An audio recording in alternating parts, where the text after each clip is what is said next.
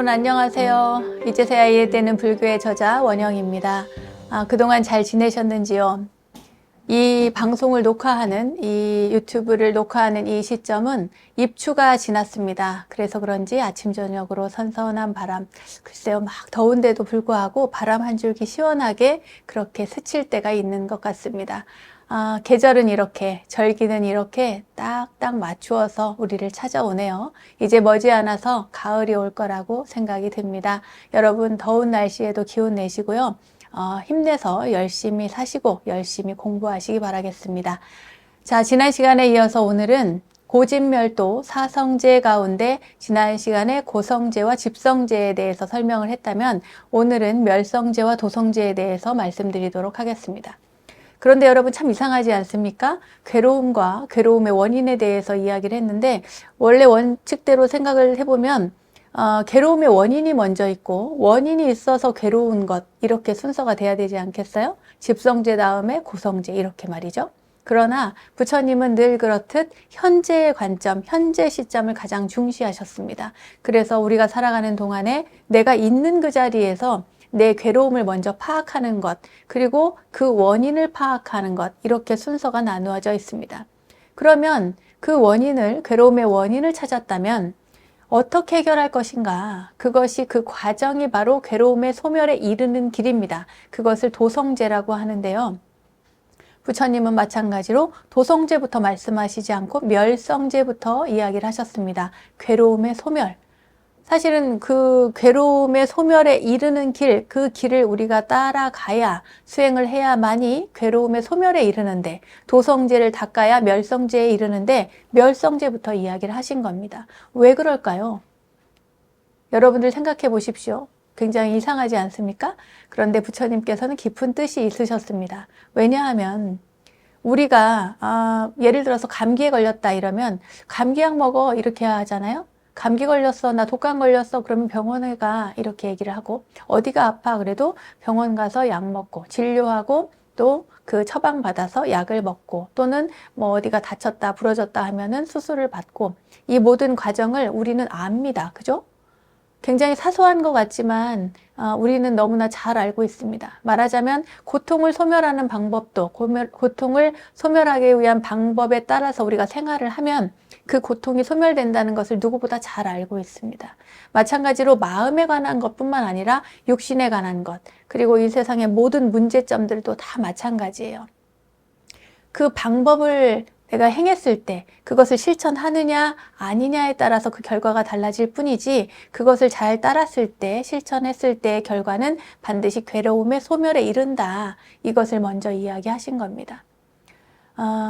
우리는 믿음이 필요하겠죠? 네, 중요한 건 멸성제라고 하는 것, 괴로움의 소멸이 반드시 있다. 내가 이러이러한 과정을 통해서 괴로움의 소멸에 이르는 길을 성실히 실천해 나간다면 반드시 소멸시킬 수 있다. 내 괴로움을 걷어낼 수 있고 내가 편안한 그러한 상태에 이를 수 있다라고 하는 그러한 확신, 그 믿음이 있어야 됩니다. 그것이 바로 이 멸성제의 핵심이라고 저는 생각을 합니다.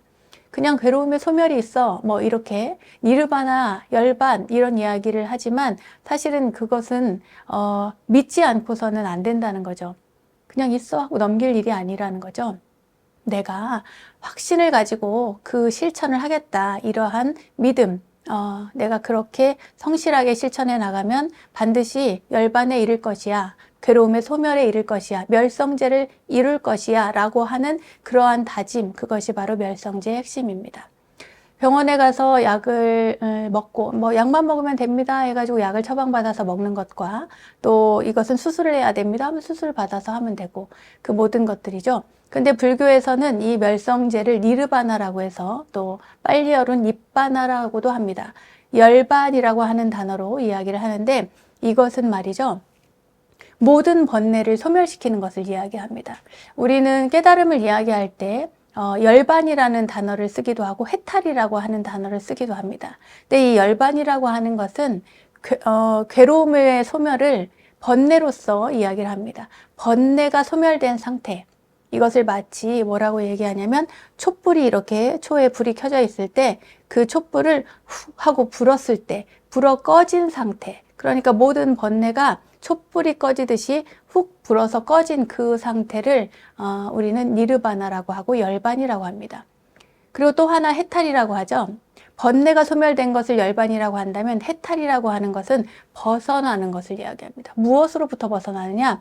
구속된 것으로부터 벗어나는 것입니다. 집착으로부터 벗어나는 것이고, 그리고 내가 매여 있는 것, 나의 탐심, 여러 가지 많은 욕망들이 있겠죠? 그 모든 것들, 나를 구속하고 있는 그 모든 것들로부터 내가 자유롭게 벗어난다. 이것을 해탈이라고 합니다. 그래서 깨달음을 이야기할 때 우리는 열반을 이야기하고 또 해탈을 이야기하죠. 어쨌거나 이 사성제 가운데 멸성제는 주로 해탈보다는 이 니르바나, 번뇌의 소멸 상태, 그 소멸 상태를 이야기한다. 이렇게 이해하시면 되겠습니다. 자, 그러한 멸성제, 멸성제, 괴로움의 소멸 상태에 이르기 위해서 우리는 어떻게 할 것인가? 그것은 바로 괴로움의 소멸에 이르는 길, 도성제에서 이야기를 하는데요. 이 도성제는 중도와도 연관이 되어져 있습니다. 중도는 나중에 다시 한번 말씀을 드리겠지만 이 도성제는 괴로움의 소멸, 그러니까 번뇌 모든 망상들을 다 소멸시키고 자신의 구속된 상태, 그러니까 집착으로부터 다 벗어나는 그 상태에 이르게 하는 길을 이야기합니다. 8가지를 이야기하는데요. 첫째, 정견, 정사유, 정어, 정업, 정명, 정진, 정념, 정정 이렇게 8가지를 이야기합니다. 여기서 잠시 죄송한 말씀을 드리자면 저희가 이제 초판 찍었을 때 여기 도표가 있어요. 도표가 저 뒤에 나오는군요. 나중에 다시 한번 말씀을 드리겠습니다. 이 도표에서 팔정도를 그린 그 도표에서 초판본에 저희가 오자가 있었습니다. 그것을 이제 수정을 못하고 이제 보시는 분들께서 여기 오자가 있네 이렇게 알 수 있을 겁니다. 혹시 그것을 이 방송을 이 유튜브를 보지 못한 분들은 그걸 그대로 외우실까봐 제가 이렇게 말씀을 드립니다. 250페이지에 나오는데요. 바른말, 바른행동, 그 다음에 바른 생활수단입니다. 여러분 250페이지 세 번째 바른 생활수단, 그리고 바른 정진, 바른 마음 챙김, 바른 집중, 바른 견해, 바른 생각 이렇게 되어 있습니다. 만약에 초판본을 구매하신 분이 있으시면 그게 잘못되었으니까 250페이지 세 번째를 수정하시기 바라겠습니다. 이 세 본부터는 제대로 되어 있으니까요. 고치지 않으셔도 되겠습니다. 자, 그럼 우리가 팔정도라고 이야기하는 도성제의 내용, 정견부터 볼까요? 정견이라고 하는 것은 바른 견해입니다. 바른 견해. 그러면 바른 견해가 무엇일까? 우리가 착하게 사는 것이 바른 견해인가? 아니면 무엇을 봤을 때 제대로 보는 것이 바른 견해인가? 아니면 뭐 어떠한 편견도 없이 그냥 보는 것이, 있는 그대로 보는 것이 바른 견해인가? 우리가 헷갈릴 수가 있습니다. 그러나 팔정도에서 말하는 도성제, 그 첫 번째 정견, 바른 견해는요, 이 사성제의 내용을 정확히 이해하는 것으로부터 시작하는 것이 바로 바른 견해입니다. 괴로움이 있고, 괴로움에는 반드시 괴로움의 원인이 있다. 그리고 괴로움의 그 원인을 파악해서 그것을 해결할 수 있는 바른 길들, 이 8가지 길을 우리가 성실히 수행하고 그리고 실천해 나가면 반드시 괴로움의 소멸에 이른다라고 하는 그 내용을 충실히 알고 거기에서 일어나는 견해가 바로 바른 견해입니다. 정견을 그렇게 이야기합니다. 그럼 이렇게 정견을 통해서 우리가 세상을 바라보면 이 세상이 어떠한 구조인가, 인간을 바라봤을 때, 인간 관계를 바라봤을 때 어떠한 구조인가, 나에게 생긴 문제를 해결해 나갈 수 있겠죠. 그러한 바른 견해를 통해서 이 세상의 이치, 원리, 그리고 인간관계, 사람에 대한 것, 이 모든 것들을 제대로 파악할 수가 있습니다. 그럼 그 바른 견해를 가졌을 때 어떠한 현상이 나타날까요? 바른 견해는 바른 사유, 바른 생각을 일으키게 합니다. 네. 당연한 이야기겠죠? 바른 견해에 따르는 바른 생각, 정사유입니다. 네. 이 바른 생각은 사성제에 의거해서 일어나기 때문에 뭐 당연히 자연스럽게 일어나는 것이고, 특히나 이 바른 생각에는 남을 해치려고 한다거나 어떠한 뭐 누구를 속이려고 한다거나 하는 그러한 나쁜 생각들이 일어나지 않습니다. 그러니까 오로지 선한 마음이 일어나겠죠. 물론 선한 마음이 안 일어나도 괜찮습니다. 있는 그대로 바라볼 수 있고, 그리고 뭐 어떠한 편견도 없이 그대로 생각할 수 있다면, 내가 어떠한 상도 내지 않고, 금강경에서 이야기하죠. 그러한 모든 상, 아상, 인상, 중생상, 수자상 같은 어떠한 상을 내지 않고 편견이나 고정관념 없이 그렇게 생각을 할 수 있다면 그것이 바로 정사유입니다. 정견, 정사유 했어요. 그 다음에 정어입니다. 바른 견해, 바른 생각을 했으면 바른 말이 나오겠죠. 그죠? 우리가 살아가면서 가끔 되게 뭐 욱하는 성질 때문에 나도 모르게 이렇게 막 험한 말이 나온다거나 욕설이 나온다거나 누구를 뭐랄까 안 좋게 악담을 한다거나 수많은 일들이 있습니다. 누구를 이간질 한다거나 험담을 한다거나 또 거짓말을 한다거나 많은 일들이 있는데 뭐 늘 그런 건 아니겠지만 어쩌다가 그럴 수 있단 말입니다. 그러나 그것이 한순간일지라도 그것이 하나가 두 개가 되고 두 개가 세 개가 되고 이렇게 쌓이다 보면은 그것은 결국 악업을 형성하게 됩니다. 그것이 나온 과보는 굉장히 커요. 우리가 생각할 수 없을 만큼 굉장히 큰 과보가 기다리고 있다.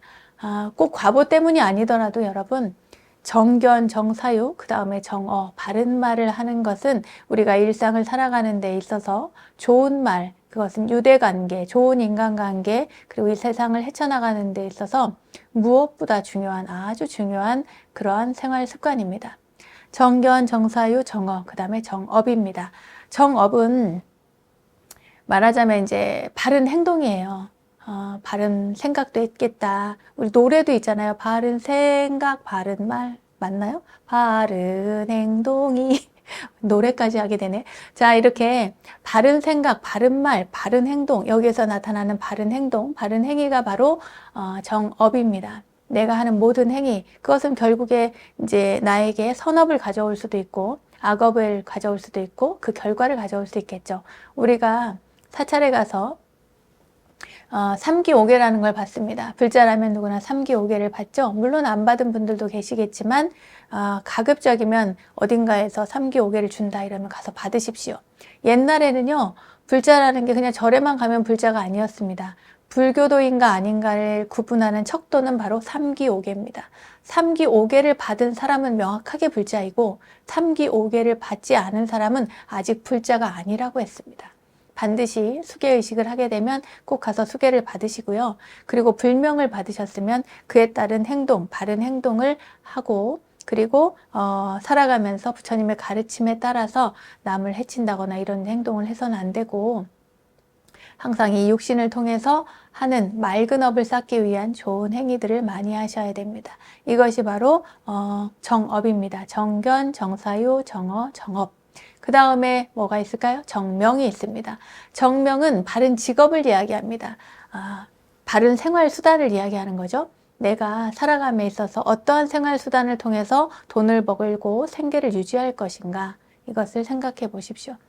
요즘에 저번에도 얘기했지만 굉장히 안 좋은 마약들이 성행을 한대요. 제가 최근에 TV를 봤는데 TV 광고에서 마약에 중독이 되면 헤어날 수 없다 이런 광고를 하더군요. 그만큼 무섭다는 얘기입니다. 마약에 중독이 되었다고 나는 이미 안 됐어 이렇게 하지 마시고 모든 일들은 마음먹기에 따라 달라집니다. 일체유심조라고 하잖아요. 일체유심조. 자신을 한번 믿어보십시오. 부처님의 가르침을 한번 믿고 행동해 보십시오. 자기 자신이 이 세상을 살아가는 데 있어서 남을 해치면서 살아가는 생계 수단을 가지고 있다. 이러면 어서 정리하십시오. 누군가에게 나쁜 업이 될 수 있는 그런 생계 수단을 가지고 있다면 정리하는 것이 좋습니다. 그럼 나는 이게 아니면 안 되는데 어떻게 해요? 우리는 정육점을 하는데 어떻게 해요? 이런 분들도 계실 겁니다. 만약에 생계 유지를 꼭 해야 된다면 그렇다면 대신에 기도도 많이 하시고 정육점이나 이런 걸 하시는 분들은 방생을 많이 하시면 좋습니다. 그래서 방생이라고 하는 것이 꼭 가서 물에 가서 물고기를 놔주는 것만이 방생이 아닙니다.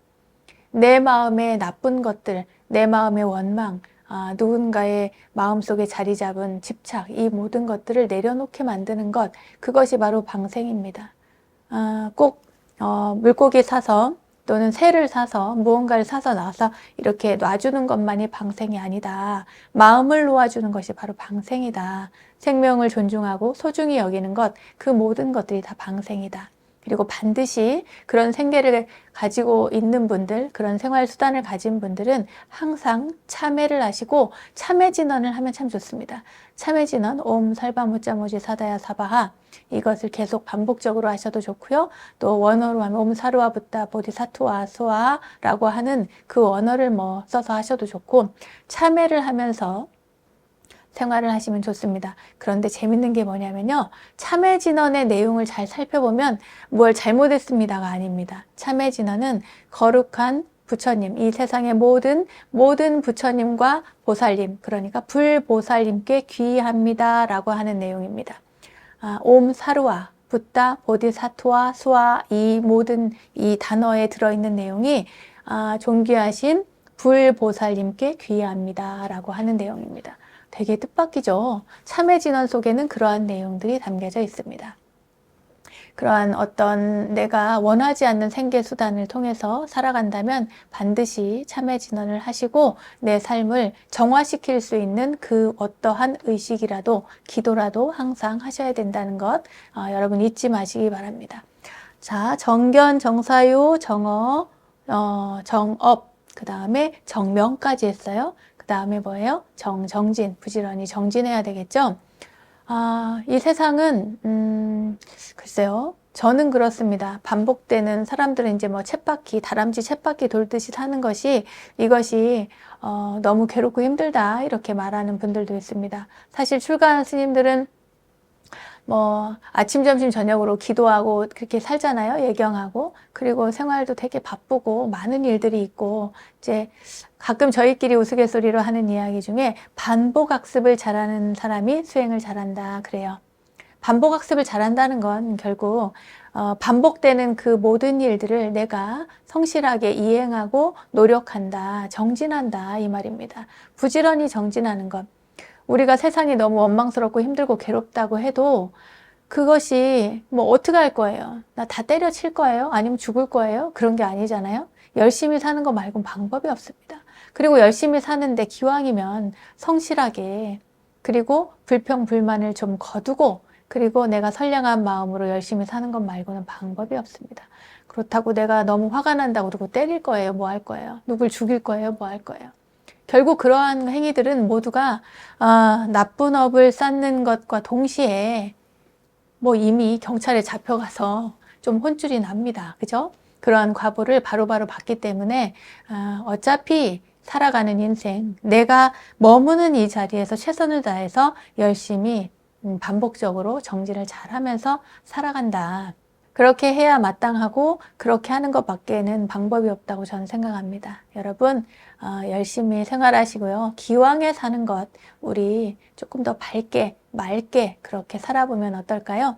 이번에는 정념, 바른 마음 챙김, 바른 알아차림을 이야기하겠습니다. 이 바른 알아차림은 사실 요즘에는 알아차림 마음 챙김 이런 게 굉장히 성행을 하지만 원래 부처님 당시에는 제가 알기로는 바른 기억입니다. 바른 기억. 왜냐하면 부처님의 말씀을 들었어요. 부처님의 가르침을 사성제, 삼법인 이런 가르침, 연기 이런 가르침을 부처님께 들었단 말이죠. 그런데 지금처럼 이렇게 문자가 있지 않았습니다. 2600년 전에는, 2700년 전에는 문자도 없고 생활이 모두가 대부분이 다 굉장히 원시적인 상태겠죠. 우리 100년 전만 생각해 보세요. 100년 전만 해도 얼마나 낙후되고 정말 굉장히 힘든 생활을 하지 않았습니까? 그런데 1000년 전을 생각하면 상상도 할 수 없고 2000년? 3000년에 가까운 2600년, 700년 전에 인도 땅, 그것도 저 위쪽 네팔 지역의 그 산속의 생활을 여러분들 상상해 보십시오. 아무것도 없고 그 당시에는 화폐도 없는 그런 시대니까 거의 굉장히 원시적인 생활을 했다라고 보시면 되겠습니다. 그런데 그때의 부처님의 가르침을, 말씀을 우리가 어떻게 기억할 것인가, 이게 관건이죠. 책으로 나와 있는 것도 아니고 폐업경이 있었던 것도 아니고 오로지 말씀을 듣고 그것을 기억해내는 것이 굉장히 중요합니다. 그러니까 부처님 말씀을 듣고 각각의 수행처로 돌아가서 그 자리에 앉아서 부처님의 가르침을 떠올려야 돼. 일단은 외워야 되는 거예요. 알아야 되는 거예요. 알아서 부처님께서 연기를 이렇게 말씀하셨지. 부처님께서 사성제를 이렇게 말씀하셨어. 부처님께서 팔정도는 이렇게 말씀하셨지. 이러한 내용들을 자기가 각각 다 떠올리면서 그러면서 그걸 외우고 거기에 따라서 수행을 하는 것. 그것이 첫 번째 바른 기억이 중요합니다. 여러분, 제가 이렇게 말씀을 드리는 것이 물론 100%다 맞다고 할 수는 없습니다. 저도 모르는 게 굉장히 많고요. 그리고 어쩌면 제가 잘못 전달할 수도 있습니다. 그러지 않으려고 노력은 합니다만 제가 잘못 알고 있을 수도 있지 않겠습니까? 어쨌거나 불교를 공부하는 입장에서 여러분들이 이러한 이야기도 듣고 책도 읽어보고 다른 스님의 내용도 듣고 그러면서 각자 공부를 해나가는 겁니다. 그렇게 해서 공부를 해나가면서 먼저 기억을 해야 되는 거예요. 기억이 안 나면 뭡니까? 반복학습. 아까 정진에서 이야기했듯이 반복적으로 해야 되는데 이 정념이라고 하는 것은 특히나 그러한 기억을 통해서 알아차림을 이야기합니다. 마음을 챙기는 거예요. 어떻게 챙기느냐? 그 옛날에는 신수신법 이 네 가지를 통해서 챙겼습니다. 첫째, 신, 우리의 몸입니다. 각자 여러분 자신의 몸을 통해서 몸을 통해서 들어오는 느낌, 그리고 형상, 이 눈으로 보이는 모든 것들, 이제 이런 것들 다 이야기하는데 말하자면 몸에 대한 관찰, 그리고 몸을 통해 들어오는 느낌에 대한 관찰, 그리고 내 마음의 작용, 마음이 일어난 것, 어떠한 것을 보고 일으키는 이 마음들, 그리고 그동안에 일어난 모든 마음들을 그거를 심이라고 하고 심법, 그리고 마지막에 네 번째 법입니다. 이것을 우리가 보통 신수심법 사념처 수행이라고 하는데요. 신념처 수행, 수념처 수행, 심념처 수행, 법념처 수행이라고 말합니다. 법이라고 하는 것은 우리가 전에도 말씀드린 것처럼 제법무와의 법을 이야기합니다. 법이라고 하는 것은 눈에 보이는 모든 것들 뿐만 아니라 이름 지어진 거, 이건 꽃이다, 이건 책이다, 이건 핸드폰이다, 이건 연필이다, 이건 컵이다 라고 하는 이름 지어진 모든 것들, 그리고 형상이 있거나 없거나 내가 알고 있는 모든 관념들, 그러니까 이름 지어진 모든 것들을 우리가 그냥 법이다 이렇게 이해하시면 좋습니다. 그래서 제법입니다. 이 법을 통해서 관찰을 하고 그 법이 어떤 작용을 일으키는가 이걸 알아차리는 것이죠. 이것이 바로 사념처 수행입니다. 좀 헷갈리나요, 여러분? 헷갈려 하실 필요가 없습니다. 그냥 내 몸이 이제 내 몸을 관찰을 한다 이렇게 생각을 하시면 되고요. 몸을 통해서 느껴지는 이 느낌을 관찰한다. 누가 이렇게 손을 잡았을 때, 악수를 했을 때, 이 피부가 느끼는 느낌, 그리고 이 피부가 느끼는 느낌뿐만이 아닙니다. 내가 무언가를 봤을 때 내 이 안근, 눈을 통해서 들어오는 것도 다 느낌일 수 있고요. 그리고 귀 소리를 통해 들어오는 이 느낌, 제 목소리를 듣고 여러분들이 좋을 수도 있고 싫을 수도 있고 듣기 싫을 수도 있고 안 보고 싶을 수도 있고 뭐 여러 가지가 있지 않겠습니까? 그때 그 느낌들, 귀를 통해서 들어오는 것도 전부 다 이 느낌에 해당이 됩니다. 그리고 마음작용, 저를 통해서 여러분들이 느끼는 그러한 마음도 있을 것이고 내가 고양이를 보면서 느끼는 마음, 또 이렇게 꽃을 보면서 느끼는 마음, 수많은 이 세상에 존재하는 모든 것들을 내가 느끼는 그 마음, 나한테서 일어나는 그것들, 그 마음을 잘 관찰하라는 거예요. 감정을 잘 관찰하라는 거죠. 그뿐만 아니라 관념적으로 만들어진 이 관념화되고 이름 지어진 모든 것들, 이 제 법이라고 하는 모든 것들을 내가 관찰하는 것, 이것을 법념처 수행이라고 합니다. 쉽게 말하면 그렇습니다. 여러분들이 이렇게 신수심법 사념처를 그 바른 알아차림으로 수행을 하다 보면 일상에서 늘 깨어 있을 수가 있습니다. 그것이 바로 정념이고요. 마지막 8번째는 정정입니다. 이것은 바른 마음 집중을 이야기하는데 이 바른 집중은 고요한 상태를 유지할 수가 있습니다. 이것은 어딘가 내가 조용한 곳에 한적한 산속에서만 들어앉아가지고 할 수 있는 것이 아니라 정말 이것이 수행이 잘 되면 시장 한복판에서도 정을 이룰 수가 있습니다. 고요한 상태를 이룰 수가 있고 옆에서 막 사람들이 떠돌아도 아무 상관이 없습니다. 여러분 그럴 때 있잖아요. 왜 카페에서 공부할 때, 카페에서 공부하는 거 보면은 책 볼 때 보면 세상에 카페에 음악 나오죠. 사람들 떠들죠. 뭐 반갑게 뭐 웃고 떠든 이야기들도 들리죠. 누군가는 큰 소리로 막 이렇게 또 언성을 높이는 일도 있죠. 그런데도 불구하고 나는 그 책 내용이 잘 넘어가. 이건 집중한 거예요. 그 상태에. 그 책에 집중한 겁니다. 마찬가지로 내가 내 마음을 알아차리고 고요한 상태에 머물게 되는 것, 이것이 정정, 바른 집중을 이야기하고요. 그 바른 집중에 이르게 되면 나는 굉장히 기쁜 상태에 머물 수가 있습니다. 그러니까 말하자면 부지런히 정진하고 그리고 부지런히 마음을 잘 챙기고 집중을 하고 그러한 상태, 고요한 상태까지 이르는데 이것들이 다 과정이 될 수가 있습니다. 팔정도는 이렇게 해서 도성제를 이룹니다. 이 도성제라고 하는 것, 말하자면 괴로움의 소멸에 이르는 길을 8가지로 말씀을 드렸는데 이 8가지 괴로움의 소멸에 이르는 이 길 다시 한번 말씀드리겠습니다. 정견, 정사유, 정어, 정업, 정명, 정정진, 정념, 정정 이렇게 8가지입니다. 이 상태를 우리가 유지하면서 수행을 할 수 있다면 우리는 뭐 금방 괴로움의 소멸에 이르겠죠. 멸성제에 이를 것입니다. 그것은 확신하고요. 부처님께서 그렇다 하면 그런 겁니다. 그리고 우리가 살아가면서 다만 그 수행을 일생 동안 못하니까 사실은 하루도 못하고 1시간도 잘 못합니다. 못하니까 이게 어려운 것이지 그것을 잘 수행해 나가면 괴로움의 소멸에 이를 수 있다. 멸성제에 이를 수 있다 이 이야기입니다. 이것을 여러분 믿으셔야 됩니다. 화엄경에 이런 이야기가 나옵니다. 신의 도원 공덕모요, 장양 일체제 선법 이런 말이 나옵니다. 믿음은 도의 근원이요 공덕의 어머니다. 장양, 일체제 선법, 모든 선법들을 키워낸다. 그렇게 말씀을 하셨습니다. 여러분, 이 부처님의 가르침, 사성제, 고집멸도, 고성제, 집성제, 멸성제, 도성제, 물론 순서가 이상하다 이런 생각이 들 수도 있지만 괴로움을 먼저 알고 괴로움의 원인을 알고 그리고 괴로움의 소멸을 알고 그 방법을 알려준 이 고집멸도 사성제의 가르침은 불교의 핵심 중에서도 핵심일 수 있습니다.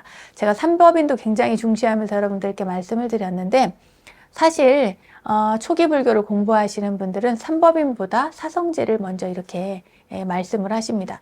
부처님께서도 그런 이야기를 하셨어요.